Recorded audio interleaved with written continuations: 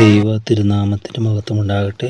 ദൈവത്തിൻ്റെ അതിപരിശുദ്ധമായ എന്നേക്കും സ്തുതിക്കപ്പെടുമാറാകട്ടെ. ദൈവ സൃഷ്ടിയിലെ അത്ഭുത കാര്യങ്ങളെ നമ്മൾ ധ്യാനിക്കുകയായിരുന്നു. അതിനടിസ്ഥാനമായി നമ്മൾ 104-ാമത്തെ സങ്കീർത്തനത്തിലെ വചനങ്ങൾ നമ്മൾ ധ്യാനിച്ചു. അത് ഇത്ര അർത്ഥവത്തായിട്ടുള്ള നമുക്ക് മനസ്സിലാകുന്ന രീതിയിൽ ലളിതവും എന്നാൽ ഗഹനവുമായ കാര്യങ്ങൾ നമുക്ക് മനസ്സിലാകുന്ന രീതിയിൽ സംഗീതത്തിൽ രേഖപ്പെടുത്തി വെച്ചിരിക്കുകയാണ്. അതിൻ്റെ ആഴങ്ങളിലേക്ക് പോകുന്നവർക്ക് പോകാം. അതിന് പഠനശാഖകളിലേക്കൊക്കെ പോയാൽ വ്യത്യസ്തങ്ങളായ പഠനശാഖകളുണ്ട്. ഓരോന്നിലും സമുദ്ര സഞ്ചാര പഠനങ്ങൾ, അല്ലെങ്കിൽ സമുദ്ര അന്തർഭാഗത്തെ പഠനങ്ങൾ എല്ലാം ഓഷ്യോളജി എന്നൊക്കെ പറയുന്നു. ഓഷ്യാനിക് സമുദ്ര ഗവേഷണ പഠനങ്ങളൊക്കെ ഉണ്ട്. പ്രകൃതിയിലെ പലതിനും അല്ലേ. ഇപ്പോൾ പക്ഷി ഗവേഷകരുണ്ട്. അവർ പക്ഷികളെക്കുറിച്ച് പഠിക്കുമ്പോൾ ഓരോന്നിനും ഈ പ്രകൃതിയിൽ നമ്മൾ ഇന്ന് കാണുന്ന എല്ലാ ശബ്ദങ്ങളുടെ അനുകരണങ്ങളുള്ള പക്ഷികളുണ്ടെന്ന് കാണാനായിട്ട് പറ്റും. ഇപ്പോൾ ഈ കുറച്ച് നാളും ഒരു ഷോർട്സിൽ ഇങ്ങനെ കണ്ടു ചില പക്ഷികൾ. അത് കണ്ടാൽ ഒരു പക്ഷിയുടെ അതിൻ്റെ ഇത് കറിഞ്ഞാൽ പക്ഷി ചിലയ്ക്കുന്നത് അത് ശരിക്കും ഒരു ആംബുലൻസ് വരുന്ന പോലെ, അല്ലെങ്കിൽ ഒരു പക്ഷി ചിലയ്ക്കുന്നത് സൈറൻ ഊതുന്ന പോലെ, ഒരു പക്ഷി ചിലയ്ക്കുന്നത് ഈ തീവണ്ടിയുടെ ട്രെയിനിൻ്റെ ശബ്ദം പോലെ. അപ്പോൾ അതെല്ലാം ഓരോന്നും അതിൻ്റേതായ കറക്റ്റ് അതുപോലെ തന്നെ നമുക്ക് തോന്നത്തക്കവണ്ണ രീതിയിൽ ചിന്തിച്ച് എങ്ങനെ ഓരോന്നെടുത്ത് നോക്കി അത് അത്ഭുതമാണ്. നമുക്ക് അങ്ങനെ പറയാൻ പറ്റത്തുള്ളൂ. ഒരു പക്ഷിയുടെ പീക്ക് അതിൻ്റെ ചുണ്ടെടുത്ത് നോക്കുക, അത് വളരെ ചെറുതായിരിക്കും. എന്നാൽ നമ്മൾ കഴിഞ്ഞ പ്രാവശ്യം ചിന്തിച്ച ഈ പെരിഞ്ഞാറാന്ന് പറയുന്ന നോക്കി, അതിൻ്റെ പീക്ക് വലുതായിരിക്കും, അതിൻ്റെ ചുണ്ട് വലുതായിരിക്കും, നീളമുള്ളത്, കൊറ്റി ഒക്കെ ഓരോന്ന് നോക്കിയോ ഒരേപോലെ അല്ല. ദൈവം ഒരു അച്ചിൽ വാർത്തതല്ല, ഒരച്ചിൽ വാർത്തെടുത്തതല്ല, വ്യത്യസ്തങ്ങളാണ്. മനുഷ്യന് തന്നെ സൃഷ്ടിച്ച് മനുഷ്യൻ നോക്കുക. The hand made of God എന്ന് പറയുന്ന ദൈവത്തിൻ്റെ കരുവിൽ നോക്കുക. കാരണം തമ്പ് ഇംപ്രഷൻ അല്ലെങ്കിൽ ഈ മനുഷ്യൻ്റെ ഇത് കൈരേഖ വ്യത്യസ്തമാണ്. ഇത്രയും കൂടി മനുഷ്യരുണ്ട്, അവർക്കെല്ലാം ഈ കൈരേഖ വെച്ച് ഇത് ചെയ്യണം അല്ലേ. ഇന്ന് നമ്മൾ ഈ മസ്റ്ററിങ് അതൊക്കെ ചെയ്യുമ്പോൾ നമുക്കറിയാം. അപ്പോൾ അത് വ്യത്യസ്തമാണ്. ഇത്ര ഈ വൈവിധ്യം എങ്ങനെ മനുഷ്യന് പറ്റുമോ? മനുഷ്യൻ്റെ എനിക്ക് ഇങ്ങനെ പഠനങ്ങളൊക്കെ പറയുകയാണ്, കണക്കുകൾ വ്യത്യസ്തം കാണാം. മനുഷ്യൻ്റെ ഒരു 100 ഉണ്ടാക്കിയ 101ാമത്തത് ആദ്യത്തെ പോലെ ആയിരിക്കും എന്ന് പറയുന്നത്, സെയിം ഇതായിട്ട് വരുമെന്ന് പറയുന്നത്. കാരണം അത്രയും മനുഷ്യൻ്റെ പരിമിതികളുണ്ട്. അല്ലെങ്കിൽ 1000 ഉണ്ടാക്കി 1001ാമത്തത് ഈ 1001 പോലെയാകുന്നു. എന്നാൽ ദൈവം കോടികൾ ഉണ്ടാക്കിയിട്ടും ഈ കോടികൾ ഒന്നിനെ പോലെ ആകുന്നില്ല. ഒരു തമ്പിംപ്രഷൻ എന്ന് പറയും. അപ്പം എത്ര നോക്കുക, ഒരു ചെറിയ കാര്യം മതി ദൈവത്തിൻ്റെ അത്ഭുത ക്രിയേഷനിലെ ദൈവത്തിൻ്റെ അത്ഭുത ഇത് മനസ്സിലാക്കാനായിട്ട്. അങ്ങനെ ഓരോ ജീവജാലങ്ങൾ എടുത്ത് നോക്കുമ്പോൾ അതിൻ്റെ എല്ലാ സവിശേഷത, അതിൻ്റെ ഈ കളർ കോമ്പിനേഷൻസ് കണ്ടിട്ടുണ്ടോ? ചില പക്ഷികൾ കണ്ട ഇതിങ്ങനെ ഇത്ര ചിറകുകൾ, ഓരോ വർണ്ണങ്ങളുള്ള ചിറകുകളാണ്. ഒരു വർണ്ണത്തിൽ ഒരു പക്ഷിയെ നമ്മൾ കാണുന്നു, വെള്ള അല്ലെങ്കിൽ കറുപ്പ് അല്ലെങ്കിൽ തവിട്ട് നിറത്തിലൊക്കെ കാണുന്നു. എന്നാൽ ചുമന്ന ഇതൊക്കെ ഉണ്ട്, തത്തകളുണ്ട്, പാരറ്റ്സ്, പല രീതിയിലുള്ള.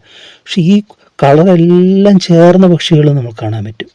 അതിൻ്റെ തൂവലുകൾ ഓരോന്നും ഓരോ നിറമായിട്ടുള്ള പക്ഷികൾ. അതിൻ്റെ കഴുത്തിൻ്റെ ഭാഗത്ത് വേറൊരു നിറം. എത്ര നമ്മൾ ചിന്തിക്കുക, അത് വിവരിക്കാൻ പറ്റുമോ നമുക്കത്?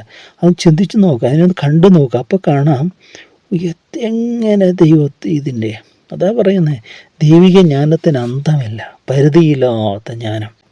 സമുദ്രം എന്നൊക്കെ പറഞ്ഞാൽ സമുദ്രത്തിന് അളവില്ലേ?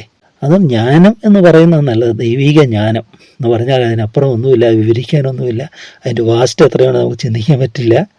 നമുക്ക് കുറച്ചൊക്കെ അതിന്ന് ഇങ്ങനെ കുറച്ചെന്നല്ല, അതിനെ ഒന്ന് കാണുന്നതായിരിക്കും നമ്മൾ ശരിക്കും ടച്ച് ചെയ്യുന്നില്ലെന്ന് പോലും പറയാം. ദൈവിക ജ്ഞാനത്തിൻ്റെ അങ്ങനെ ഒന്ന് കണ്ടിട്ടുള്ള ചിലരൊക്കെയാണ് നമ്മളിന്ന് കാണുന്ന ശാസ്ത്ര ലോകത്തിൽ വലുതായിട്ട് നമ്മൾ കാണുന്നവർ. ഇരിക്കട്ടെ, ദൈവം അവർക്ക് അതിന് പകർന്നു കൊടുത്തിരിക്കുന്നതാണത് ആ ജ്ഞാനം. മനുഷ്യ സൃഷ്ടിക്ക് വേണ്ടി നീ ഇന്നത് കണ്ടുപിടിക്കുക, ദൈവം അവന് ജ്ഞാനം കൊടുക്കുക. അവൻ്റേതായ കണ്ടുപിടുത്തമല്ല, ദൈവം അത് അടച്ചു കളഞ്ഞാൽ അവനെങ്ങനെ അത് കണ്ടുപിടിക്കാൻ പറ്റും? അപ്പോൾ ഓരോന്നിൻ്റെ പിന്നിലും ദൈവത്തിൻ്റെ ഇത് നടത്തിപ്പ് നമുക്ക് കാണാനായിട്ട് സാധിക്കണം. ഇവിടെ നമ്മൾ വരികയാണ് അങ്ങനെ എല്ലാറ്റിലും അങ്ങനെ ദൈവത്തിൻ്റെ മഹത്വം. എന്നിട്ട് അത് കണ്ടിട്ട് സങ്കീർത്തനക്കാരൻ നമുക്കിന്നത് ഫിനിഷിങ് ചിന്തിക്കുന്നു. 104-ാം സങ്കീർത്തനം അതിൻ്റെ അവസാന ഭാഗത്തിലേക്ക് നമ്മൾ 31-ാമത് ഇതൊക്കെ കണ്ടിട്ട് പറയുകയാണ്, യഹോവയുടെ മഹത്വം എന്നേക്കും നിൽക്കുമാറാകട്ടെ എന്ന് പറയുകയാണ്. യഹോവയുടെ മഹത്വം, യഹോവത്തിൻ്റെ പ്രവൃത്തികളിൽ സന്തോഷിക്കട്ടെ എന്ന് പറയുന്നത്. May the glory of the Lord endure for ever.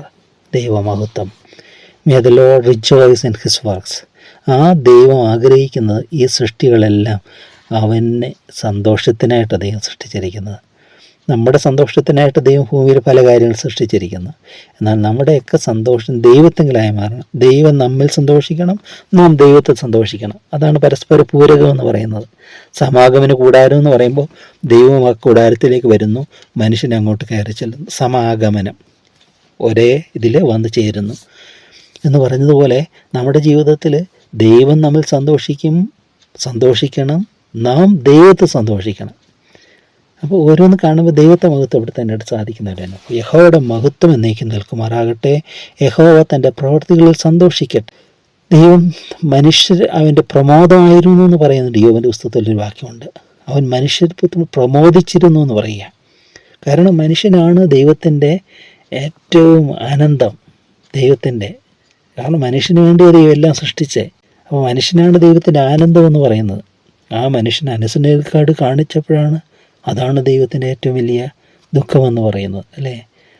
ലംഘനം കഴിച്ചപ്പോൾ ദൈവം ദുഃഖിച്ചു, ദൈവം അനുദപിച്ചു എന്ന് പറയുമ്പോൾ അനുതാപം അത് അങ്ങനെയല്ല, ആ ഹൃദയത്തിന് ദുഃഖമായി. എന്നാൽ ആ ദുഃഖത്തിൽ ദൈവം അവന് വിട്ടുകളഞ്ഞില്ല, അവനെ റീസ്റ്റോർ ചെയ്യുവാനായിട്ടാണ് വീണ്ടെടുപ്പിൻ്റെ സന്ദേശം എന്ന് പറയും. പുത്രൻ വന്നത് കാണാതെ പോയതിനെ തിരഞ്ഞ് രക്ഷിപ്പാനാണ് മനുഷ്യപുത്രൻ വന്നത്. കാണാതെ പോയത് കാണാതെ പോകട്ടെ എന്ന് പറഞ്ഞു വിടുവാനല്ല, കാണാതെ പോയതിനെ തിരഞ്ഞ് വന്ന നല്ല ഇടയൻ. അവൻ കണ്ടെത്തി, അവൻ ആ പൂർവ്വസ്ഥിതിയിലേക്ക് മനുഷ്യനെ കൊണ്ടുവരികയാണ്, സൃഷ്ടിയെ കൊണ്ടുവരികയാണ്. അപ്പോൾ അതാണ് ദൈവത്തിന്. അപ്പോൾ ആ ദൈവം നമ്മിൽ സന്തോഷിക്കണം. പറയുകയാണ്, സംഗീതക്കാരൻ പറയുന്നുണ്ട്, യഹോവേ എൻ്റെ വായിലെ വാക്കുകളും എൻ്റെ ഹൃദയത്തിലെ ധ്യാനവും നിനക്ക് പ്രസാദകരമായിരിക്കട്ടെ. ദൈവം പ്രസാദിക്കുന്നതായിരിക്കട്ടെ, ദൈവം സന്തോഷിക്കുന്നതായിരിക്കട്ടെ. നമ്മളെപ്പോഴെങ്ങനെ ചിന്തിക്കണം, എൻ്റെ പ്രവർത്തനങ്ങൾ ദൈവത്തെ സന്തോഷിപ്പിക്കുന്നുണ്ടോ? നമ്മൾക്ക് ദൈവത്തോട് സംഭാഷിക്കാം, അല്ലേ? ദൈവം നമ്മുടെ വാക്കുകൾ, ഇപ്പോൾ ഒരു പിതാവ് ഒരു കുഞ്ഞിൻ്റെ സംസാരം ഒക്കെ, ഇപ്പോൾ അത് വളർന്നു വരുമ്പോൾ അതിന് സംസാരം, ഇപ്പോൾ വിദൂരങ്ങളിലൊക്കെ ഉള്ള, ഞാൻ കേട്ടിട്ടുണ്ട്, വായിച്ചിട്ടൊക്കെയാണ്, വിദൂരങ്ങളിലുള്ള ഈ പിതാക്കൾക്ക്, അതായത് വിദൂരങ്ങളിലേക്ക് ജോലിക്കും മറ്റും പോയിട്ടുള്ളവർക്ക്, പിതാക്കന്മാർക്ക് കുഞ്ഞുങ്ങൾ അത് വളർന്നു വരുമ്പോൾ അത് എഴുത്തും വായനയൊന്നും പഠിച്ചിട്ടില്ല, എന്നാൽ അത് ഈ അക്ഷരങ്ങൾ കൂട്ടി വായിക്കാൻ പഠിക്കുമ്പോൾ ഒരു കൊച്ച് അപ്പനെ കത്തെഴുതുക. എന്താ കത്ത്? ABCDEFG, അത് മുഴുവൻ ആൽഫബറ്റ് മുഴുവൻ ഇങ്ങനെ 2-3 ആവർത്തി എഴുതിയിട്ട് അത് അയക്കുകയാണ്. അതാണ് അതിൻ്റെ കത്ത്, അതിൻ്റെ ഭാഷ അതാണ്, അറിയാത്ത രീതിയിൽ. പക്ഷെ അത് കാണുമ്പോൾ അപ്പനത് കീറിക്കളയോ? അവൻ്റെ ഒരു ABCD എന്ന് പറഞ്ഞാൽ കീറിക്കളയില്ല, അത് ആഹ്ലാദത്തോടെ നോക്കും. അയ്യോ, കുഞ്ഞ് ABCD അവൻ പഠിച്ച് അവനത് എഴുതിയിരിക്കും, സന്തോഷത്തോടെ നോക്കും. എന്ന് പറഞ്ഞ പോലെയാണ് നമ്മൾ ദൈവത്തോട് സംഭാഷിക്കുമ്പോൾ, ദൈവത്തോട് പ്രാർത്ഥിക്കുമ്പോൾ ദൈവം നമുക്ക് ശ്രദ്ധ വെച്ച് കേൾക്കും, ദൈവം ചെവി തുറന്ന് കേൾക്കും. തക്ക സമയത്ത് ദൈവോത്തരം ദൈവികമായ പദ്ധതിയിൽ കൂടെ തന്നെ ദൈവം തരും, അല്ലേ? നമ്മൾ ചോദിക്കുന്നെല്ലാം, ബാല്യത്തിൽ നമ്മൾ ചോദിക്കുന്നതെല്ലാം നമ്മുടെ മാതാപിതാക്കൾ തന്നില്ലല്ലോ, എന്തുകൊണ്ട് തരാഞ്ഞ്? നമ്മൾ ചോദിച്ചെല്ലാം തന്നിട്ട് നമ്മൾ എവിടെ എത്തിയേനെ? അതൊന്നും മുഴുവനും തരാനായിട്ട് സാധിക്കുകയില്ല. എന്നാൽ അവരുടെ നിലയ്ക്കെത്തുന്നതിന് അവർ തരാമായിരുന്നു, പക്ഷെ തരാൻ കഴിയുന്ന പോലും തന്നില്ല. കാരണം നമുക്കതപ്പോൾ ആവശ്യമില്ലായിരുന്നു. അതുകൊണ്ട് എന്നാൽ നമ്മുടെ ആവശ്യങ്ങൾക്കനുസരിച്ച് അവർ നമുക്ക് തന്നു എന്ന് പറഞ്ഞ പോലെ ദൈവം അറിയും. നമ്മൾ യാചിക്കുന്നതിന് മുമ്പേ നമ്മുടെ ആവശ്യങ്ങൾ അറിയുന്ന സർവശക്തനായ ദൈവം നമ്മുടെ ആവശ്യങ്ങളിൽ അവിടുന്ന് ഇടപെടും, നമ്മുടെ കാര്യങ്ങളിൽ അവിടുന്ന് ഇടപെടും. നമ്മൾ ദൈവത്തെ അനുവദിക്കുമ്പോൾ, കർത്താവേ എൻ്റെ ജീവിതം നീ പ്രവർത്തിക്കണമേ. കാരണം ദൈവം സ്വാതന്ത്ര്യം തന്നിട്ടുണ്ട് മനുഷ്യന്. ദൈവം ഇടിച്ചു കയറി ആരുടെ ജീവിതത്തിലേക്ക് വരുന്നില്ല. നാം അനുവദിച്ചാൽ നമ്മുടെ ജീവിതത്തെ പണിയുവാൻ, നമ്മുടെ ജീവിതത്തെ വഴി നടത്തുവാൻ ദൈവം ശക്തനാണ്. അവിടെയും നമ്മൾ എവിടെയെങ്കിലും നമുക്ക് പറ്റാതെ വരുമ്പോൾ നമ്മൾ ദൈവത്തോടെ തുറന്ന് പറയാം, കർത്താവേ എനിക്കിത് സാധിക്കുന്നില്ലപ്പാ. അപ്പോൾ ദൈവത്തിന് നമുക്ക് സൊല്യൂഷൻ തരും, ദൈവത്തിന് ശക്തി തരും, അല്ലേ? എവിടെയെല്ലാമാണ് ഓരോന്നിലും. ഇവിടെ പറയുകയാണ്, യഹോവ തൻ്റെ പ്രവൃത്തികളെ സന്തോഷിക്കട്ടെ. അവൻ ഭൂമിയെ നോക്കുന്നത് വിറയ്ക്കുന്നു, അവൻ മലകളെ തൊടുന്നു പുകയുന്നു. എൻ്റെ ആയുഷ്കാലത്തൊക്കെ ഞാൻ യഹോവയ്ക്ക് പാടും, ഞാൻ ഉള്ളിടത്തോളം എൻ്റെ ദൈവത്തിന് കീർത്തനം പാടും. എൻ്റെ ധ്യാനം അവന് പ്രസാദകരമായിരിക്കട്ടെ. ഞാൻ യഹോവയിൽ സന്തോഷിക്കും. പാപികൾ ഭൂമിയിൽ നിന്ന് മുടിഞ്ഞു പോകട്ടെ, ദുഷ്ടന്മാർ ഇല്ലാതെയാകട്ടെ. എൻ മനോഹയെ വാഴ്ത്തുക, യഹോവയെ സ്തുതിക്കുവിൻ. ഇപ്പം എൻ്റെ ഇവിടെ പറയുകയാണ്, അവൻ ഭൂമിയെ നോക്കുന്നത് വിറയ്ക്കുന്നു, അവൻ മലകളെ തൊടുന്നു പുകയുന്നു. ഈ ഭൂമി ഒരു നമ്മുടെ ജീവിതത്തിൽ ഇതിനെ സദൃശവൽക്കരിച്ച് പറയാം. നമ്മുടെ ജീവിതത്തിൽ ചില പ്രശ്നങ്ങളെ നോക്കി ദൈവം നോക്കിയാൽ തന്നെ അത് വിറച്ചു മാറുകയാണ്. അവൻ മലകളെ തൊടുന്ന പുകയുന്നു. മലകൾ എന്ന് പറയുന്ന പ്രതിബന്ധങ്ങളാണ്. അത് ദൈവം തൊടുമ്പോൾ അത് പുകയുന്നത് മാറിപ്പോവുകയാണ്, അത് മഞ്ഞുപോലെ മാറിപ്പോവുകയാണ്. നമ്മുടെ പ്രതിബന്ധങ്ങളും പ്രശ്നങ്ങളും നേരിടുന്നതെല്ലാം നമുക്ക് പ്രതികൂലമായിട്ട് വരുന്നത് ചിലത് നമ്മളെ തടുത്തു നിർത്തുന്നതിനായിരിക്കാം നമ്മൾ മുമ്പോട്ട് പോകേണ്ട എന്നുള്ള ആ ചില വഴികൾ, നമുക്ക് പ്രതിസന്ധികൾ വരുന്നത്. എന്നാൽ അത് ദൈവഹിതമാണ്, നമ്മളത് കൂടെ പോയേ പറ്റുമെന്നുണ്ടെങ്കിൽ ദൈവം അതിനെ മാറ്റും. അത് പോയി മലയെ തൊടുന്ന പോലെ ദൈവം തൊടുമ്പോൾ അതിന് മാറിപ്പോവുകയാണ്. അതാണ് ദൈവം പറയും, ഞാൻ നിനക്ക് മുമ്പായി ചെന്ന് ദുർഘടങ്ങൾ നിരപ്പാക്കാം, താമരവേദികളെ തകർക്കാം, ഇരുമ്പോടാവലുകളെ തകർക്കാം. ദൈവം പറയുക, ദൈവത്തെ മുന്നമേ അയക്കുക. നമ്മളല്ല ഓരോ കാര്യത്തിലും തീരുമാനങ്ങൾ എടുക്കുമ്പോൾ, കർത്താവേ നീ എനിക്ക് മുന്നമേ പോകണമേ, കർത്താവേ നീ എനിക്ക് മുന്നമേ സഞ്ചരിക്കണമേ, നീ മുന്നമേ പോകണം, എന്നെ വഴി നടത്തണം, എൻ്റെ വഴികൾ നിനക്കിഷ്ടമുള്ള വഴി നടത്തണമേ എന്ന് പറയണം.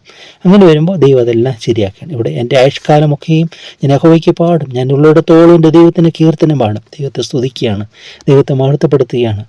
തുറന്നു പറയുന്നു 34, എൻ്റെ ധ്യാനം അവന് പ്രസാദകരമായിരിക്കട്ടെ. നമ്മൾ മെഡിറ്റേഷൻ എപ്പോഴും ഈ ദൈവിക ചിന്തകൾ കൊണ്ട് നിറഞ്ഞ നല്ലതായിരിക്കാം. ഏതൊരു ജോലിയിൽ ഏർപ്പെടുമ്പോഴും നമുക്കത് ചെയ്യാം, ആരോടുകൂടി ഇരിക്കുമ്പോൾ നമുക്കത് ചെയ്യാം. ദൈവിക ധ്യാനം. ഇന്ന് പല ഇതിലൊക്കെ യോഗ അങ്ങനെയുള്ള ചിലതൊക്കെ ചെയ്യുകയാണ്. ചില ഫാക്ടറികളിലൊക്കെ, ഓഫീസുകളിലൊക്കെ, വലിയ കമ്പനികളിലൊക്കെ അതിനനുവദിക്കുകയാണ്, കാരണം അവർ ജോലിയൊക്കെ ശരിയാകാൻ. പക്ഷേ ഏറ്റവും നല്ലതെന്ന് പറയുന്നത് ഈ ദൈവിക ധ്യാനമാണ്. മറ്റതെല്ലാം എയിംലെസ്സാണ്, പോയിൻറ്റ്ലെസ്സാണ്, അത് ചുമ്മാ ശൂന്യത്തിലേക്കുള്ളതാണ്. മിണ്ടാതിരിക്കുക, ഒന്നുമില്ലാതെ കണ്ണടച്ചിരിക്കുക എന്നൊക്കെ പറയും. ഇവിടെ സജീവമായ ഒരു കമ്മ്യൂണിക്കേഷൻ. ഇവിടെ ആരാണ്? ദൈവം. അവിടുന്ന് നമ്മുടെ സൃഷ്ടാവ്, അവിടുന്ന് ഉണ്ട് ആ ദൈവത്തെക്കുറിച്ച് ചിന്ത. അങ്ങനെ ദൈവിക ധ്യാനം. അപ്പോൾ അത് ജീവനാണ്. ദൈവത്തിൻ്റെ തിരുവെഴുത്തുകൾ ധ്യാനിക്കുമ്പോൾ അത് ജീവനാണ്. ഞാൻ നിങ്ങളോട് സംസാരിച്ച വചനങ്ങൾ ആത്മാവും ജീവനുമാവുമെന്നാണ് കർത്താവ് പറയുന്നത്. അപ്പോൾ തിരുവെഴുത്തുകൾ നമ്മൾ ധ്യാനിക്കുമ്പോൾ തന്നെ നമുക്ക് പവറാണത്, ജ്ഞാനമാണത്, എല്ലാമാണ്. എൻ്റെ ധ്യാനം അവന് പ്രസാദകരമായിരിക്കട്ടെ. ഞാൻ യഹോവയിൽ സന്തോഷിക്കും. പാപികൾ ഭൂമിയിൽ നിന്ന് മുടിഞ്ഞു പോകട്ടെ, ദുഷ്ടന്മാർ ഇല്ലാതെയാകട്ടെ. എൻ മനമേ യഹോവയെ വാഴ്ത്തുക, യഹോവയെ സ്തുതിക്കുവിൻ. പാപികൾ ഭൂമിയിൽ നിന്ന് മുടിഞ്ഞു പോകട്ടെ എന്ന് പറയുമ്പോൾ ആ പാപികളായ മനുഷ്യർക്ക് ദൈവം രക്ഷപ്പെടാനുള്ള മുഖാന്തരങ്ങൾ ഒരുക്കിയിട്ടുണ്ട്. സംഗീതക്കാരൻ പറയുകയാണ്, ഈ തിന്മകളെ കണ്ടിട്ടായിരിക്കാം പറയുന്നത്.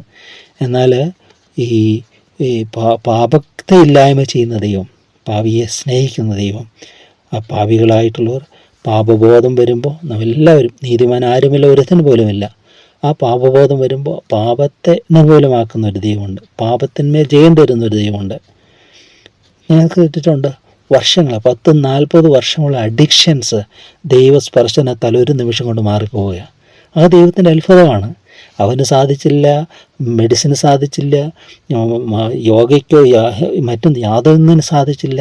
എന്നാൽ ദൈവത്തിൻ്റെ കരം തൊട്ടപ്പോൾ, ദൈവത്തിൻ്റെ പരിശുദ്ധാത്മാവ് പ്രവർത്തിച്ചപ്പോൾ നിമിഷങ്ങൾ കൊണ്ടത് മാറുകയാണ്. വിത്തിൻ സെക്കൻഡ്സ് അത് മാറിപ്പോവുക. അവന് പിന്നെ ആ ടെൻഡൻസി പോലും വരുന്നില്ല. അങ്ങനെ ദൈവത്തിൻ്റെ അത്ഭുതം കാണാനായിട്ട് പറ്റും. എൻ മനമേഹയെ വാഴ്ത്തുക, എൻ യഹോവയെ സ്തുതിക്കുവിൻ. ആരംഭിച്ചതുപോലെ തന്നെ ഒരു വാക്യം കൂടെ ചേർത്ത് അവസാനിപ്പിക്കുകയാണ്. എൻ മനമേ യഹോവയെ വാഴ്ത്തുക എന്ന് പറഞ്ഞുകൊണ്ട് ആരംഭിച്ചു ഈ സങ്കീർത്തനം. യഹോവയെ സ്തുതിക്കുവാൻ പറഞ്ഞുകൊണ്ട് ആ സങ്കീർത്തനം അവസാനിക്കുകയാണ്. നമ്മുടെ മനസ്സും നമ്മുടെ ഹൃദയവും ദൈവത്തിങ്കൽ ആശ്രയിക്കാം. അപ്പോൾ ദൈവിക സന്തോഷം നമ്മൾ നിറയും, ദൈവത്തെ മഹത്വപ്പെടുത്താൻ നമുക്കിടയായി തീരുകയും ചെയ്യും. നിങ്ങളെ സ്നേഹിക്കുന്ന സ്വർഗീയപിതാവാം ദൈവമേ, നന്ദിയോടെ ഞങ്ങളങ്ങേ സ്തുതിക്കുന്നു. സങ്കീർത്തന ധ്യാനത്തിൽ അതിയോട് ഞങ്ങളോട് കൂടെ ഇരുന്നു. അപ്പോൾ വളരെ അർത്ഥവത്തായിട്ടുള്ള കാര്യങ്ങൾ ഞങ്ങൾ ഇവിടുന്ന് മനസ്സിലാക്കി തന്നു. പ്രകൃതിയിലെ അത്ഭുതമേറിയ കാര്യങ്ങൾ ആ വാക്കുകളിൽ വിവരിച്ചിരിക്കുന്നത് എത്ര അത്ഭുതകരമായത് ഞങ്ങൾക്ക് വ്യാഖ്യാനിച്ചു തന്നു. നന്ദിയോടെ ഞങ്ങളങ്ങ് സ്തുതിക്കുന്നു, നന്ദിയോടെ ഞങ്ങളങ്ങ് വാഴ്ത്തുന്നു. ഓരോ സൃഷ്ടിയെക്കുറിച്ചും സൃഷ്ടാവാൻ ദൈവമേ അവിടത്തേക്ക് ഉദ്ദേശമുണ്ട്.